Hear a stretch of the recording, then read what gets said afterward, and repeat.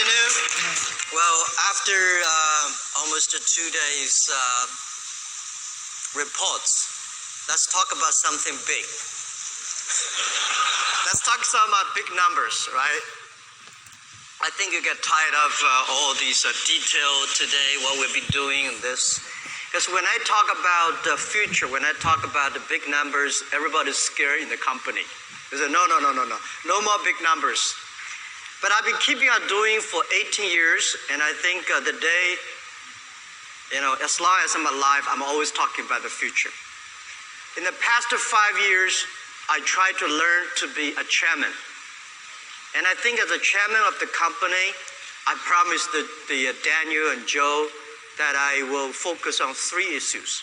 First, I try to making sure that this company is a vision-driven strategy company. It's a vision-driven company. I hate that Alibaba IPO and every day we worry about next quarter, the quarter after next. And this is no good. I hate about that. I'm happy to be on the board, joined some board many years ago. Some big multinational companies are joined there. And when they make decisions, they worry about making decisions for the future. Everybody only care for next quarter. And they buy company, merge company just for next quarter. So I hate that. So I say, the day when we IPO'd, we have to be making sure that this company in next 84 years should always be a vision-driven company. And the second is, as a chairman, I should making sure the company should have a healthy culture and great people. So this is the second job as a chairman I should have. And the third, before I retire as a chairman, I retired as CEO 5 years ago. Before I retired the chairman of the CEO, I tried my best to build a healthy ecosystem for this company to survive. So these are the 3 jobs that I took as the chairman, and I learned how to do that job better. And when I talked to the investors, I said that Joe was scared, and all the team, of financial team say scared. Because I said, I'm not scared. I remember that 18 years ago, Joe and I went to Silicon Valley. We talked to over 30 venture capitalists. We said we want to be one of the top internet companies in the world. And the VCs, all the venture capitalists were scared. They all say, no, forget about it. So we did not raise any money. The first trip Joe and I went. And since then, I did not write any business plan. And then, well, it was brave. At that time, Alibaba.com ranking like a couple of 100 million names behind. So we want to be top 10 sites. Everybody thought we were crazy. The second time I remember, 15 years, it's like year 2003, when we just break even. We started to compete with eBay. Joe and I went to Los Angeles. And I talked to many big PEs. And when I talk about we will move to C2C, we will go to the consumer market, we'll compete with eBay. The investors at that time were also scared. No, you have no chance to win eBay because C2C market in China has no chance. eBay already taken 90% of the market share. And 3 years ago, when we listed in New York, and I said we will raise a little bit of money, $20 billion, people thought it was a joke. But now, I think we need more money for the future. And I think compared to the future, Alibaba is still a baby. If you say in the past 18 years, we were amazing, I think we were amazing. We were so lucky. We're one of the luckiest company in the world. We are in a wonderful industry, internet, and we are in a wonderful country like China. We got so many supports from our colleagues and great team and all the things. So we're lucky. But this company the vision is to last 102 years. So we have another 84 years to go. And people say, wow, 102 years is a great number, but we take it really seriously. As me, founder and chairman, I really take this thing very seriously. So every plan, every year on the strategy meeting, we'll review what we're going to do next 10 years. What the 10 years. Every project, every big investment we do, we think about 10 years later. We think about 5 years later. So we have a 3-year plan, 5-year plan, and 10 years plan. Almost every year we review. So without that, if you talk about 102 years, but never care about 5-year plan or 10-year plan, you really do not believe what you're talking about. And I want to tell all the investors, we are very serious about 102-year vision, that we have another 84 years to go. So compared to the future, our market cap, of course, I think I'm happy about that, but don't compare to the others. If you compare to Amazon, I'm not happy about that. But if you compare to the future, we are still a small company, a very young company. At 18 years old, we are growing to that size, but we're still a baby thinking inside. So what we want to do in the future, we want to be the 21st century, a globalized company. And I would say the first technology revolution had a business model called a factory. The second technology revolution called, there's a business model called company. So what will be the data time, the internet time in the 21st century? What would be the best business model for this century? We think about is something called like a platform business. So we are lucky 15 years ago, we start to move our company from a normal, like a website, to a platform-like. And I think the other thing is that whether you're a big company or a great company, not depends on what kind of opportunity you catch.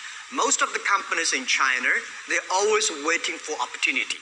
If there's a good opportunity to catch it, they become a good company. When they miss some opportunities, they're gone. In China, a couple of years ago, there was a very popular saying that 如果你碰上了风口，是这猪也会飞起来 right? If you're a pig, right? Even if you're lucky, happen to be on on the wing of some drill, you will fly. A pig will fly. But if the wind goes, the pig will die. So I think that it's not about what kind of opportunities you grasp. It's about what kind of value you create for the future. What kind of problems you solve for the world. The big problem you solve for the world, the big company will be. The great problem you solve for the world, the great company you will be. So Alibaba think about one thing, that what kind of problems we can solve for the world in next 10, 20 years. If we can figure out the problem in 10, 20 years, what are the problems? Then we start to prepare now, then we'll be big. So we think we are a company in Hangzhou, we're not a company in New York, we're not a company in Silicon Valley, we're not a company in Beijing, Shanghai, we're a company in Hangzhou. As a Hangzhou company, the way we compete with the others is that how we judge for the future. That's the competition we have. So we believe the future like this, and we spend all the resources going that. And we believe this will be the world problem. If we can solve that problem, we'll be great. That's the way we think about how we lead our future. So today, e-commerce, cloud computing, and whatever business we have, all decided but 10 years ago, 15 years ago. So people say, you're great today. No, I think we're not great today. We were great 10 years ago. 10 years ago, we believed this thing will happen.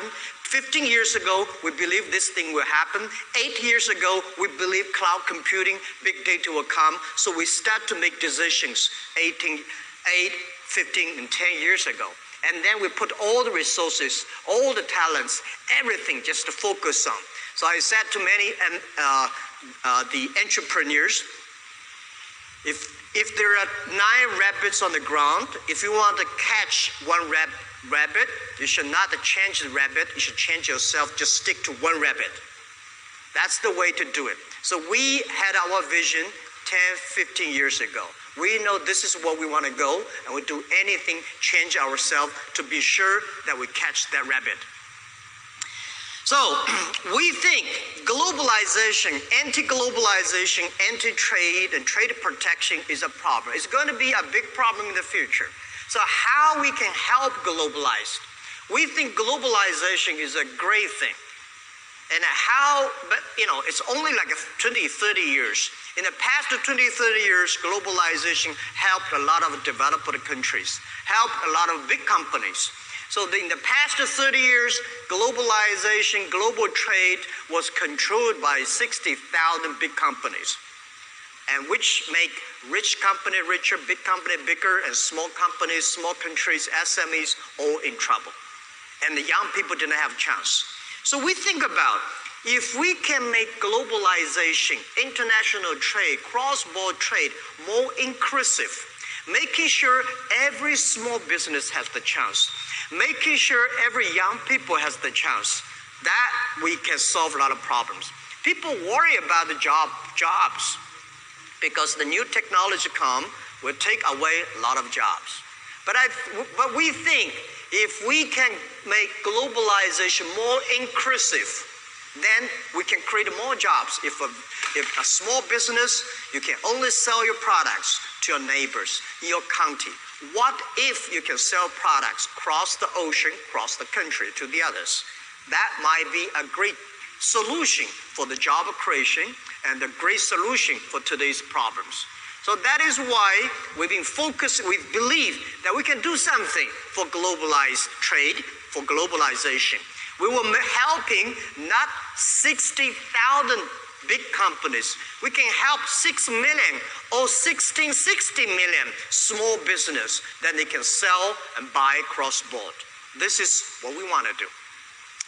And the second thing is that the world economy has never been sustainable. How can we make our technology to enable the global trade, global business to be more sustainable?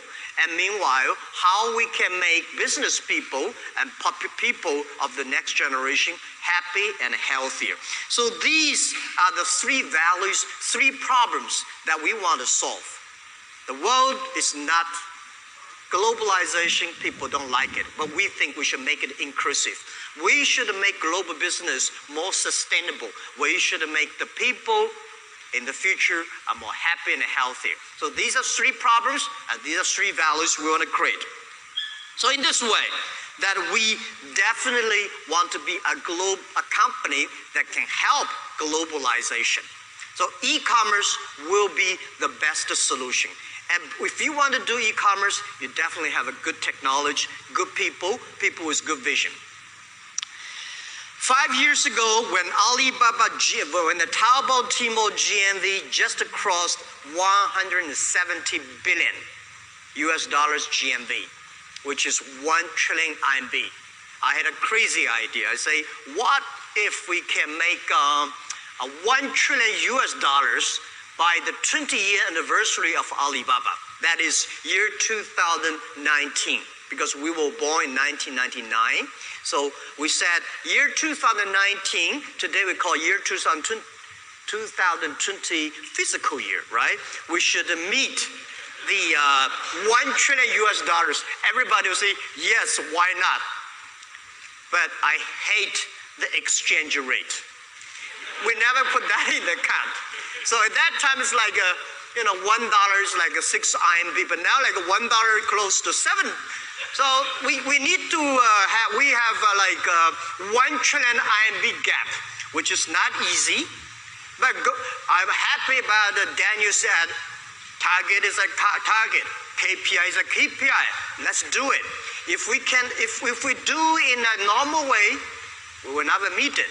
So the next 3 years, our small target is go cross 1 trillion US dollars.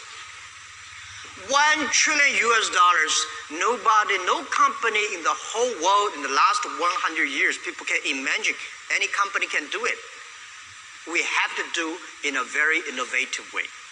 We have to make it happen. But if we cannot make it happen, we'll be in trouble. The trouble is that we got a big goal, that is in year 2036, we will be a company that can serve 2 billion populations 2 billion consumers. We want to be a company that can create 100 million jobs for the world.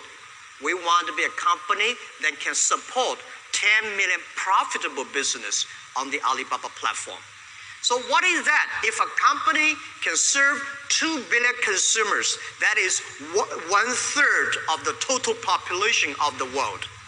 If the company can create 100 million jobs, this is probably bigger than any government, most of government can do.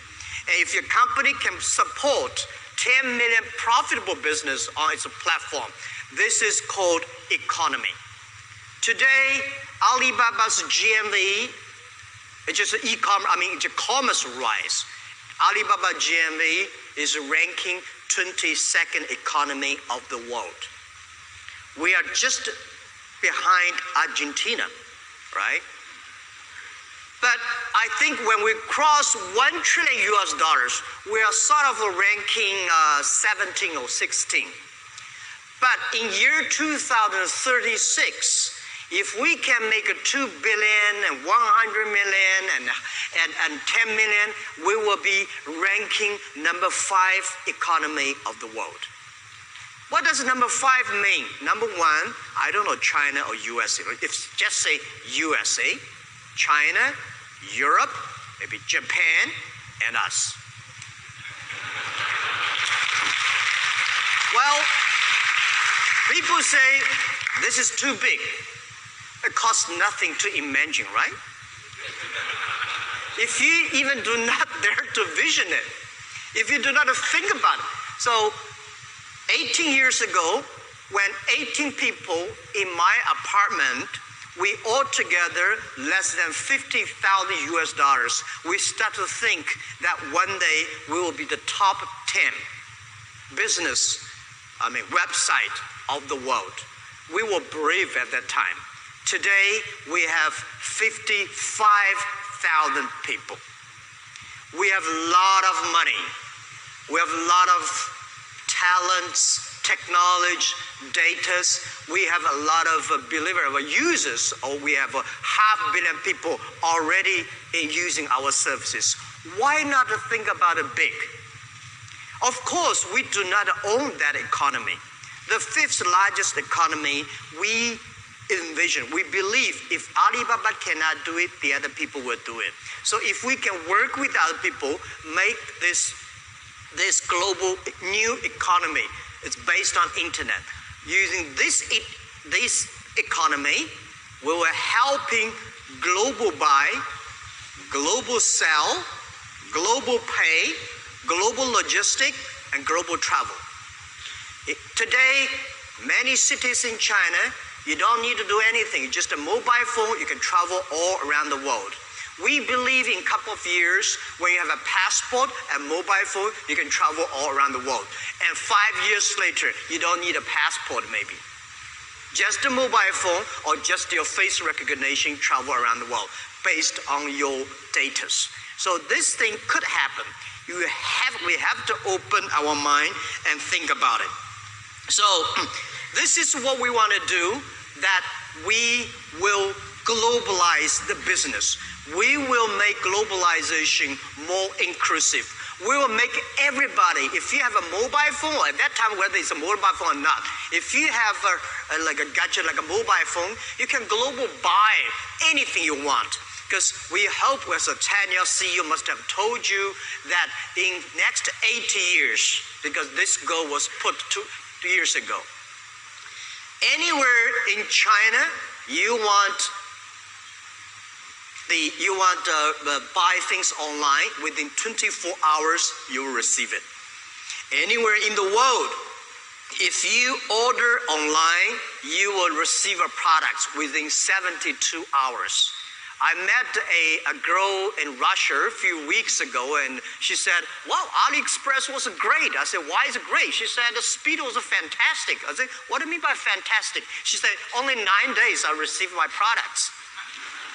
Remember, like 2 years ago, it took almost 2 months and a half for a Russian girl to receive a product from China to Russia through AliExpress. 9 days for them is like a rocket. But we will make it happen anywhere in the world. For 10 years, I told the 10 years, the vision, one of the vision for 10 years is 24 hours anywhere in China. So Beijing faster, Shanghai faster, Guangzhou fast, to my standard, does not account. Tibet fast, Mongolia fast, Yunnan fast, Guizhou fast, that is called the speed. So we have to make a network first. When network is invested, is worked, the network effect comes, the speed is going to be speed up. So I would say globally we will build up a logistic network that within 72 hours, anywhere you order. So there's no big difference between you order things here from Mongolia, you order things from here to Argentina. 72 hours, so we have using technology, have to be creative, have to be connecting all the logistic and warehouses, all the companies, bring business to them, let them join the network. So this is something that we want to do. And we want any small business, they can go across the board. Today, most of the free trade zones of any countries, the free trade zone are designed for big companies. We are encouraging every government to build their free trade zone for small business. The big companies can go across the custom offices within 24 hours. For small business, maybe 7 weeks. So how we can encourage government, how we can encourage the policymakers, make globalization more inclusive, supporting millions and millions of small business can buy and sell across the board. This is called EWTP, not EWTO. EWTO is organization, very complicated. Platform is something we can work on. And also payment, I think Eric has told you about, we are building up a network that we were making sure every small business, every individual in next 10, 20 years, the financial should be inclusive. And we believe tech thing, not the fintech. Right? Fintech is a financial institute try to improve their power. Tech thing is to enable everybody to be able to reach the financing. We are technology companies to making sure that everybody is equal. Everybody should be able to reach the money they want. Not those people don't need the money, money come. Don't need the money, you never receive it. So this is something we want to bring to the world. And I've been working very hard, shareholders. I've been really working hard. Last year, I fly in the air 870 hours, or 876 hours. And traveling and meeting, visiting 40 countries, and seeing all the prime minister like a diplomatic minister. I'm happy that I enjoy doing that. I got a lot of response from those countries, and Malaysia as the first country has already started the EWTP, the testing country. And we will try to make this thing more and more popular, and we will try, I'm sure that more and more young people, women, small business, government officers will join us. So this is something that I'm excited about. If we really can make the fifth largest economy, we need 2 billion population. As the 2 billion population, China will probably get 800 million something. We need 1.2 billion people from outside China. This is why we go Southeast Asia, one road, one belt. And imagine the other thing, which you think about. President Xi Jinping announced in Davos meeting, next 5 years, China is going to import $8 trillion. This one road, one belt conference just happened last month. The China government again say in next 5 years, China will import $8 trillion. Guys, what does $8 trillion mean? 16 Walmart global. Then China is changing very fast from exporting country to import countries. So this $8 trillion means a lot to China, means a lot to the world, of course, means a lot to a country, a company like Alibaba. because e-commerce probably will be the solution. If you go to Guangzhou Fair or Las Vegas Fair to sell $8 trillion, it's impossible. So let's think about the other. So globalization, absolutely, we are excited. Absolutely, it's a huge opportunity. And to go cross $1 trillion US. And next 3 years, we need a lot of money from GMV from these countries. So that's why Lazada, AliExpress, all going to move very fast. The second opportunity I would say is China opportunity. China today have more than 300 million middle class. They are middle class, but the spending capability, capability is very low. So China is going to reach, with today's growth, in 5 to 6 years, we're going to have 500 million middle class. That means almost close to 2 American population. And this is going to be a huge change for this economy. And China today is shifting from investment economy, export economy, to domestic consumption. Domestic consumption, definitely today e-commerce will take a huge role inside that. And we think that consumption upgrading, importing is the key. So we're going to do a lot on that.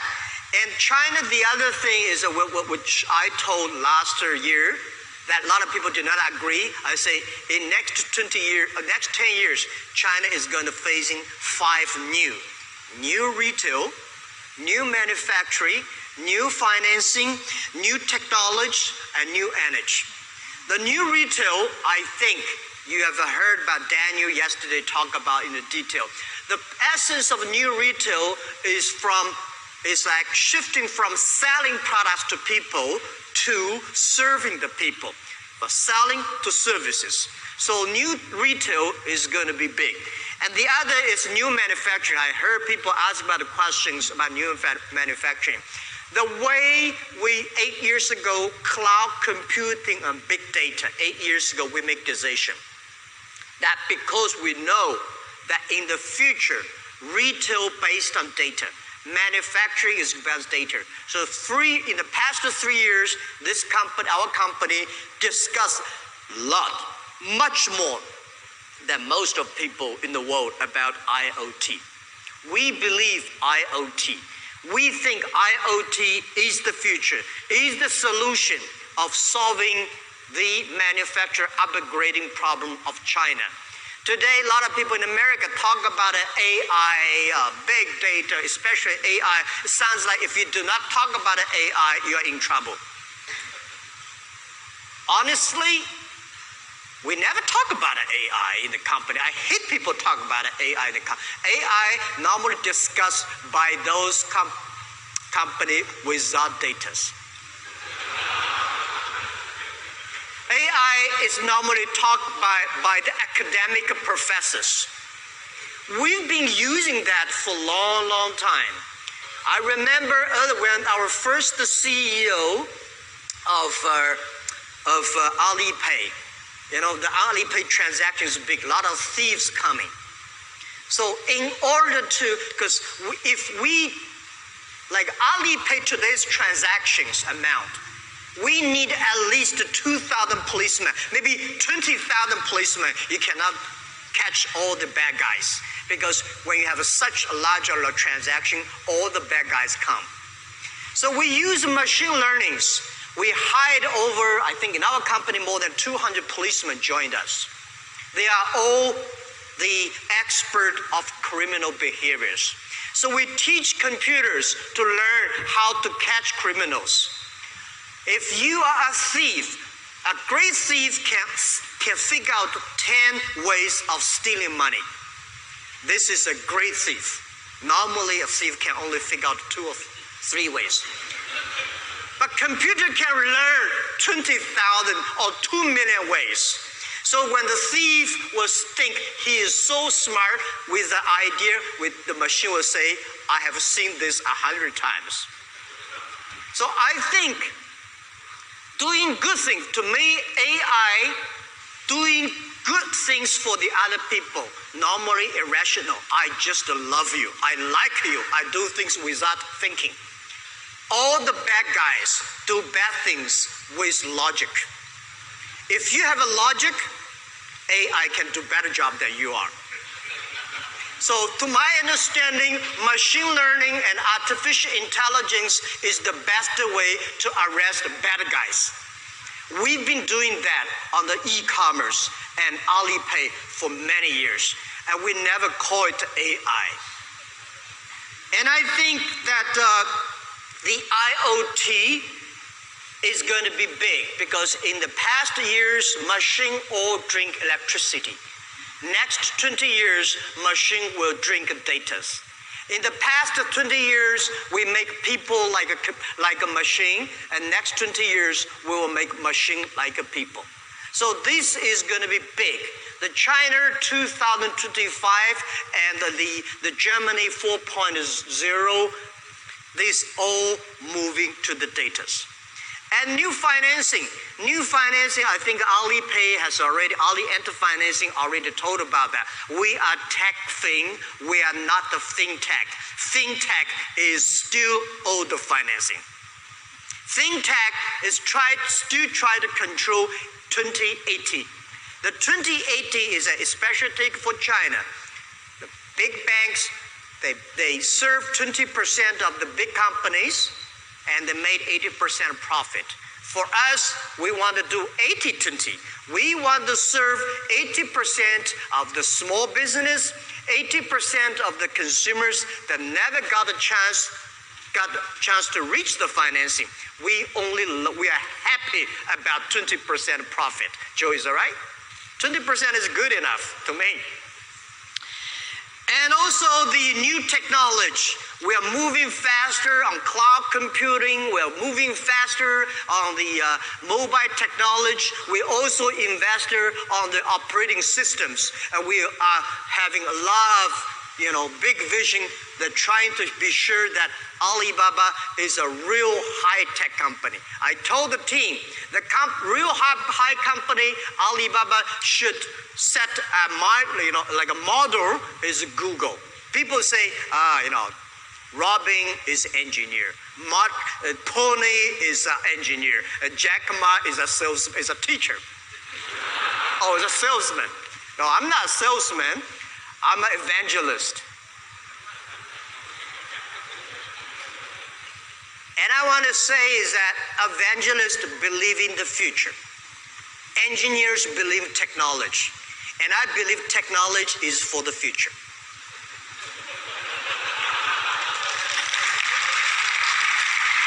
I may not be a good engineer. I'm not an engineer, but I respect engineers than most of the engineers. I respect them. I listen to them. I admire them. But we communicate better. I tell this is something, if you do in that way, you can solve a lot of problems. If you do this way, you can solve the engineer problems. And they love that. I work very well with all the engineers. One of the examples we did is Ali Cloud Computing. Dr. Wang Jie and I working perfectly. And most of engineers hate cloud computing 80 years ago because they think this thing does not work. And I believe this thing works. And I never bargain with engineers how to make things happening. But I tell this is the direction supposed to be. So we're lucky. And I want to say we should build technology that is great for the future. We should have built technology that solve the problem. Alibaba is not the company that, there's some money there, so we should go there. There's opportunity there, we go there. We grow from Taobao. Why we go Alipay? Because if we do not have Alipay, we will collapse.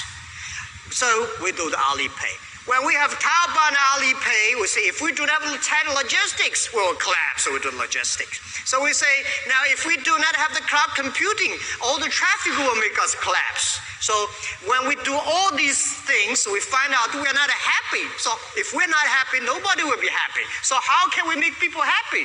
Then entertainment might be happy. So we do things because customer need, not because this is something that will make money. Today, the more things we do, the more human nature we understand. The more things we work, we partner with others, we know our problem, our partner's problem, our customer's problem. So we want to be the company that solves the customer's problem.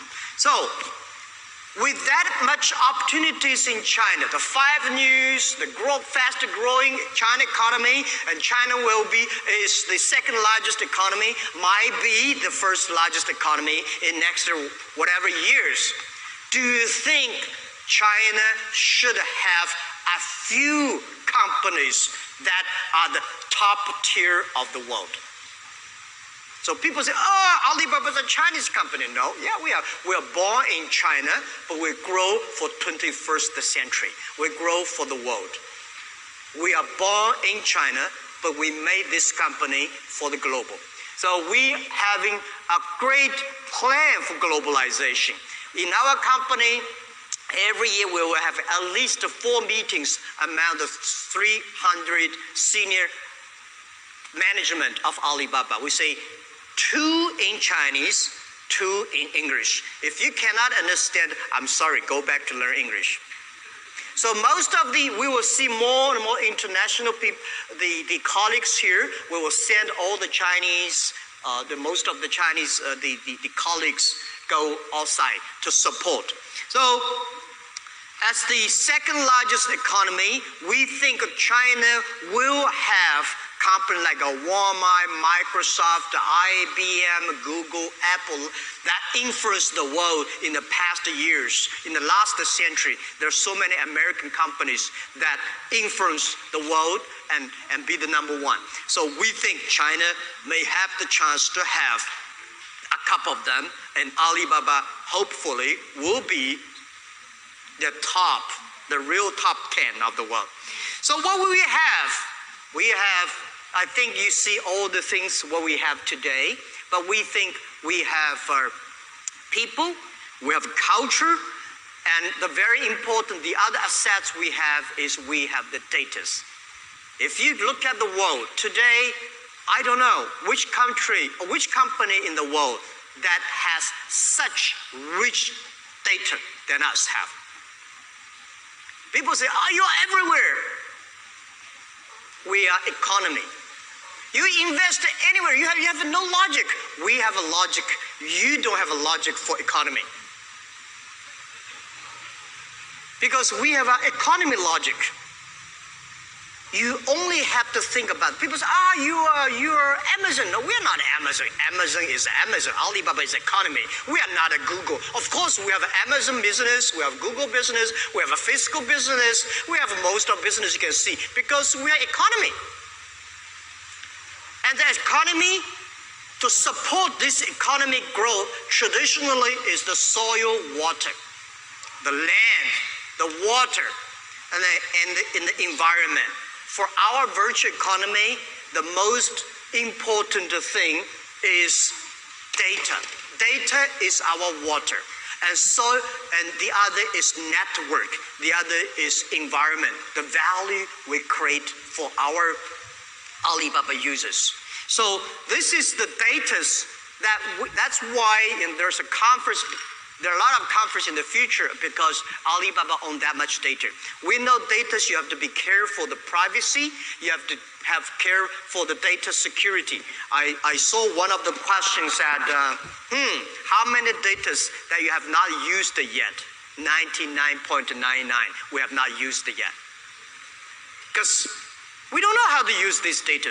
This is something that we did 8 years ago where we made the decision for Alibaba to become a data company. We say, we don't know how to make money out of the data, but we know in the future, no company, no country, no business can survive without data. So we have to focus on data. Today, if we cannot figure out solving the problem of privacy and security, then we should not use data. The data is just to improve our business. And how, it's like when you conserve all the oils, what do you worry about? So we never worry about it. We have more data.